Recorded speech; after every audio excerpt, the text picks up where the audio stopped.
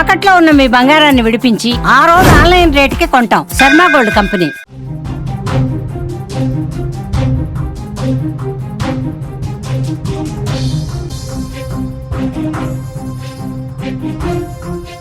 ధర్మస్థలలో తవ్వకాలు ఆగినట్టుగా సమాచారం వస్తుంది. ఇవాళ తవ్వకాలకు తాత్కాలికంగా బ్రేక్ వేశారు.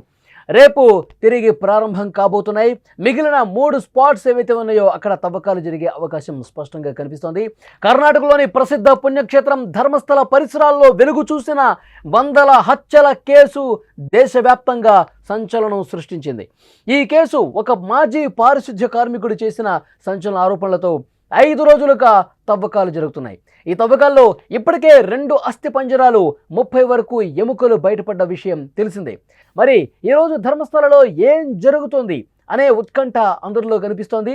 నిన్నటి వరకు జరిపినటువంటి తవ్వకాలకు సంబంధించి ఇంకా ఎలాంటి అస్థిపంజరాలు బయటపడలేదు.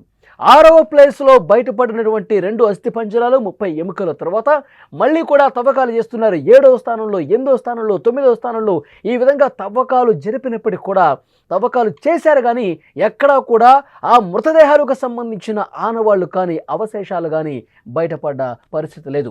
మరొక వైపు ఆ మంజునాథ్ గౌడ్ అనేటువంటి ఇన్స్పెక్టర్, ఈ పారిశుధ్య కార్మికుడు ఎవరైతే ఈ కంప్లైంట్లో ఉన్నాడో, కంప్లైంట్ చేసిన వ్యక్తి ఉన్నారో, ఇతన్ని బెల్తంగడి పోలీస్ స్టేషన్లో బెదిరించాడు అన్న వార్త సంచలనం రేపింది. ప్రస్తుతం సిట్ అధికారులు, సీనియర్ అధికారుల బృందం ఆ మంజునాథ్ గౌడ్ని విచారిస్తూ ఉన్నారు.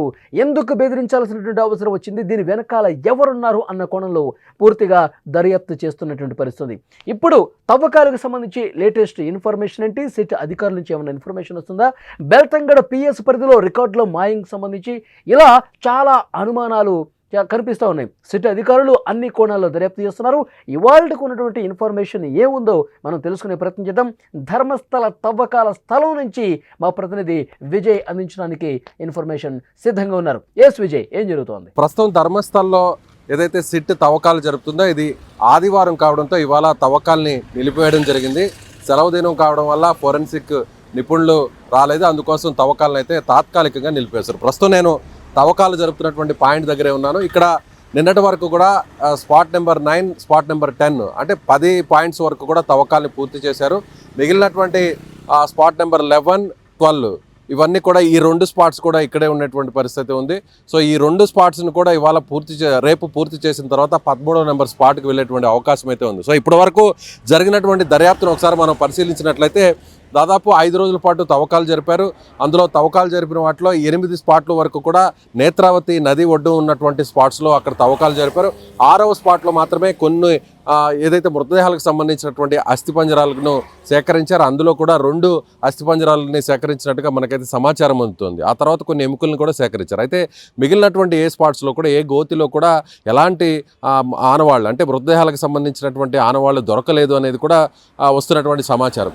సో ఈ కేసులో కూడా ఇప్పటికే ఒక ఎస్ఐ మంజునాథ గౌడ అనేటువంటి ఒక ఎస్ఐ ఎవరైతే అప్రూవర్గా మారినటువంటి విజిల్ బ్లోయర్ ఉన్నారో పారిశుద్ధ కార్మికుడు, అతన్ని బెదిరించినట్టుగా, అతన్ని కేసు వాపస్ చేసుకోవాలనేటువంటి బెదిరింపులు తీసుకొచ్చినట్టుగా అతని తరపు ఉన్నటువంటి అడ్వకేట్ సిట్కు ఒక మెయిల్ చేయడంతో అది కూడా ఒక వివాదాస్పదంగా మారినటువంటి పరిస్థితి. అలాగే ఇప్పుడు మరొక వ్యక్తి గురించి కూడా ఎంక్వైరీ జరుగుతోంది. ఆ వ్యక్తి గతంలో తాను ధర్మస్థల్లో ఉన్నప్పుడు ధర్మస్థల్లో ఒక పోలీస్ అధికారిగా పనిచేసినటువంటి వ్యక్తి ఈ శవాలను పూడ్చేందుకు తనకు సహకరించినట్టుగా ఎవరైతే అప్రూవర్ ఉన్నారో ఆయన సిట్కు చెప్పినట్టుగా ఆయన సిట్కి రాసినటువంటి అధికారులకు రాసినటువంటి లేఖలు చాలా స్పష్టంగా చెప్పారు. కాబట్టి ఇప్పుడు ఆ పోలీసుని కూడా వెతికేటువంటి పరిస్థితి చాలా స్పష్టంగా కనిపిస్తుంది. అయితే ఇప్పుడు వరకు ఫోరెన్సిక్ ఎక్స్పర్ట్స్ ఏం చెప్తున్నారంటే ఇందులో ఉన్నటువంటి మట్టి నమూనాలను ఇప్పటి వరకు 10 స్పాట్స్లో కలెక్ట్ చేసినటువంటి మట్టి నమూనాలంతా కూడా సేకరించినటువంటి మట్టి నమూనాలను కూడా అక్కడ నిజంగానే మానవ మృతదేహాలకు సంబంధించినటువంటి ఆనవాళ్ళు ఉన్నాయా అనేది కూడా ఎఫ్ఎస్ఎల్లో ఒక క్లారిటీ వచ్చేటువంటి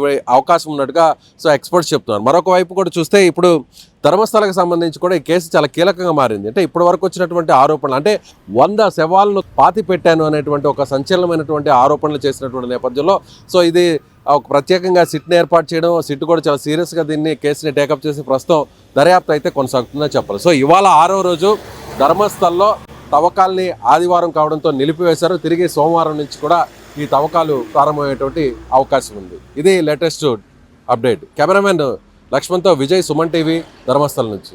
కర్ణాటకలో ప్రసిద్ధ పుణ్యక్షేత్రం ధర్మస్థల పరిసరాల్లో వెలుగు చూసిన వందల హత్యల కేసు దేశవ్యాప్తంగా సంచలనం సృష్టించినటువంటి విషయం తెలిసిందే. ఒక మాజీ పారిశుధ్య కార్మికుడు చేసినటువంటి ఆరోపణలతో ఇంత పెద్ద తతంగం జరుగుతున్న పరిస్థితి. 5 రోజులుగా తవ్వకాలు జరిగాయి. కేవలం 6వ స్థానంలో మాత్రమే 2 అస్థిపంజరాలు 30 వరకు ఎముకలు బయటపడ్డ విషయం మనకు కనిపించింది. అయితే ధర్మస్థలలో ఈరోజు ఆదివారం కావడంతో తవ్వకాలకు బ్రేక్ వేసినటువంటి పరిస్థితి. అయితే ఇప్పటి వరకు జరిగినటువంటి ఈ దర్యాప్తు కావచ్చు, ఇప్పటి వరకు బయటపడినటువంటి ఈ అస్థిపంజరాలు ఎముకలకు సంబంధించినవి ఆల్రెడీ ఫోరెన్సిక్ నిపుణులు దాని మీద కసరత్తు చేస్తున్నారు, పూర్తిగా పరీక్షలు జరుపుతూ ఉన్నారు. ఈ అస్థిపంజరాలు మగవారివా ఆడవారివా దీన్ని తేల్చే పనిలో ఉన్నారు. దాంతోపాటు ఏదైతే హత్యకు గురైనటువంటి కేసులు ఉన్నాయో వాటితో పోల్చి చూసే పరిస్థితి కనిపిస్తుంది. మరోవైపు బెల్తంగడి పోలీస్ స్టేషన్లో గత 10 సంవత్సరాల కాలంలో నమోదైనటువంటి ఈ మిస్సింగ్ కేసులు కావచ్చు, అన్ఐడెంటిఫైడ్ డెడ్ బాడీస్కి సంబంధించిన కేసులు ఏవైతే ఉన్నాయో అవన్నీ కూడా అరెస్ట్ చేశారు. ఈ వార్త ఇప్పుడు ధర్మస్థలలో తీవ్ర చర్చాంశమైంది. సిట్ అధికారుల్ని ఈ విషయానికి సంబంధించి ఇప్పుడు క్వశ్చన్ రైజ్ చేస్తున్నటువంటి పరిస్థితి కనిపిస్తుంది. అన్ని కోణాల్లో దర్యాప్తు చేస్తున్నామని చెప్తున్నారు. రేపటి నుంచి 13వ ప్లేస్ వరకు కూడా ఈ తవ్వకాలు అనేవి జరుగుతూ ఉంటాయి. మరి అత్యంత కీలకంగా భావించే 13వ ప్లేస్లో ఏమైనా అవశేషాలు బయటకు వస్తాయా?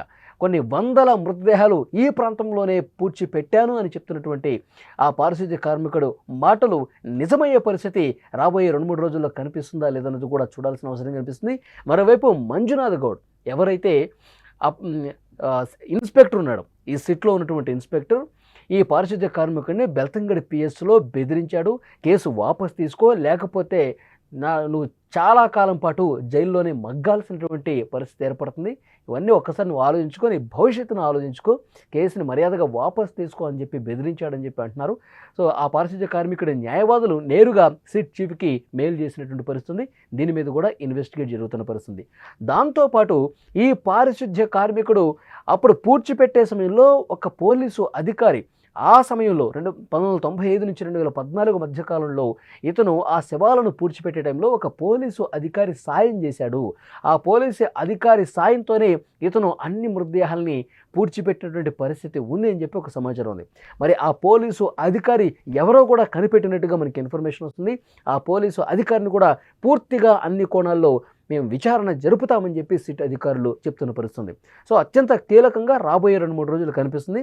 ఎందుకంటే మొదటి స్థానం నుంచి ఇప్పటి వరకు దర్యాప్తు చేస్తే తవ్వకాలు జరిపితే కేవలం అంటే ఒకే ఒక 6వ స్థానంలో మాత్రమే అవశేషాలు లభ్యమైనటువంటి నేపథ్యంలో మరి ఆ ప్లేసెస్ ఐడెంటిఫై చేయడంలో ఏమైనా ఇబ్బంది ఏర్పడుతుందా, లేదంటే ఆ ప్లేస్లో ఐడెంటిఫై చేసినా ఏమీ ఇంతవరకు కనిపించలేదంటే ఒక్క స్థానంలో మాత్రమే కనిపించిందంటే మరి ఇతను చెప్పిన దాంట్లో ఎంతవరకు వాస్తవం ఉంది అనేది కూడా కొంత డౌట్ కొంతమంది రేజ్ చేస్తున్నటువంటి పరిస్థితి. మరి బెల్తంగడి పిఎస్లో మృతదేహాల డీటెయిల్స్ ఎందుకు మాయం చేశారు, రికార్డ్స్ ఎందుకు మాయం చేసేశారు, అరెస్ట్ చేసేశారు, ఈ వార్త కూడా ప్రస్తుతం బయటకు వస్తుంది. సో డెఫినెట్గా సిట్ అధికారులు, సీనియర్ ఐపీఎస్ అధికారి ప్రణవ్ మోహంతి నేతృత్వంలో చాలా సీరియస్గా ఇన్వెస్టిగేషన్ అయితే జరుగుతుంది. అన్ని కోణాల్లో దర్యాప్తు చేస్తున్నాం. అనుమానం ఉన్నటువంటి ప్రతి విషయాన్ని కూడా చాలా కూలంకషంగా పరిశీలిస్తున్నామని చెప్పి సిట్ బృందం నుంచి మనకు సమాచారం వస్తుంది. సో రాబోయే 2-3 రోజుల్లో అత్యంత కీలకమైనటువంటి ఇన్ఫర్మేషన్ వస్తుంది. ఈ 13 చోట్ల తవ్విన తర్వాత కూడా ఏమీ బయటపడకపోతే మరికొన్ని ప్లేస్ని ఏమైనా సెలెక్ట్ చేస్తారా, మరికొన్ని ప్లేసెస్లో మళ్ళీ తవ్వకాలు ఏమైనా ప్రారంభం చేస్తారా, లేదంటే కనుక ఇప్పటి వరకు తవ్విన దాంట్లో దొరికినవి మాత్రమే విశ్లేషించే పరిస్థితుందా అనేది 2-3 రోజులు తెలుస్తుంది. ఆదివారం రోజు మాత్రం ఈ తవ్వకాలకి తాత్కాలికంగా బ్రేక్ వేశారు. సో నెక్స్ట్ సోమ, మంగళ, బుధవారాల్లో తవ్వకాలు మళ్ళీ ఆ ప్లేసెస్ అన్నింటినీ ఏదైతే గుర్తింపు చేశారో 13 ప్లేస్ వరకు అక్కడ తవ్వకాలు చేసే అవకాశం చాలా స్పష్టంగా కనిపిస్తుంది. మరోవైపు ఈ పారిశుధ్య కార్మికుడు వచ్చినటువంటి బెదిరింపులు వీటన్నిటి మీద సహకరించిన ఆ పోలీసు అధికారి అన్ని కోణాల్లో కూడా దర్యాప్తు సీరియస్గా చేస్తామని పోలీసులు చెప్తున్నారు. చూద్దాం ఏం జరగబోతుంది.